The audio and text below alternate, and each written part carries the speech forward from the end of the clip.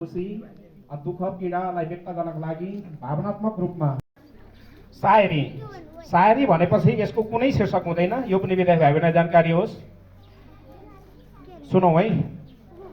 तिम्रो हात समातेर हिँड्न पाए, तिम्रो हात समातेर हिँड्न पाए, दुनियाँको बाटो कस्तो छ भनेर मलाई सोध्नु छैन।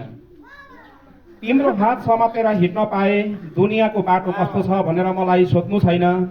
तिम्रो मुस्कानमा के जादु छ कुन्नी, धड्कनले गति भुलेर आफ्नै तालमा चल्न थाल्छ। तिम्रो मुस्कानमा के जादु छ कुन्नी, धड्कनले गति भुलेर तिम्रै तालमा चल्न थाल्छ। तिमी नजिक आउँदा यो मनभित्र पिरतीको फूल फुल्छ। तिमी नजिक आउँदा यो मनभित्र पिरतीको फूल फुल्छ।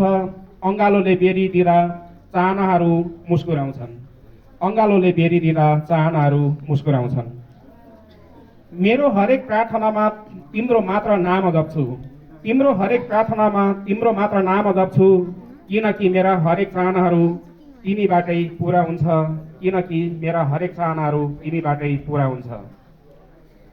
सुन प्रिय माया त त्यही हो, सुन प्रिय माया त त्यही हो। शब्दले भन्दा आँखाले एक अर्काको कथा बुझ्छन्। शब्दले भन्दा आँखाले एक अर्काको कथा बुझ्छन्। पहिलो भेटमा तिम्रो ढोका खोलिदिएपछि, पहिलो भेटमा तिम्रो ढोका खोलिदिएपछि बास बसे तिमी भित्रै चाहनाका भारी बिसाई, बास बसे तिमी भित्रै चाहनाका भारी बिसाई। प्रेमको गहिराई अक्षरले नापिँदैन, प्रेमको गहिराई अक्षरले नापिँदैन।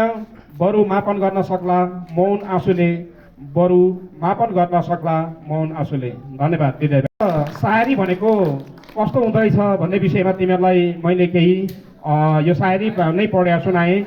हुनेछ भन्ने विद्यार्थी भाइबहरुलाई मैले जानकारी गराउँछु।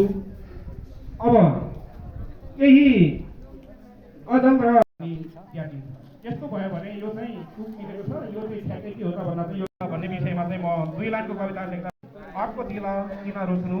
नमस्कार, हाम्रो अमर सर सब्सक्राइब र सेयर गरेर। हेलो सबैलाई नमस्कार। यहाँ हाम्रो गुरु आदरणीय प्रेम सरले विद्यार्थीहरूलाई केही कुराहरू आफ्नो प्रतिभाहरू सेयर गर्दै हुनुहुन्थ्यो। धन्यवाद त्यसको लागि।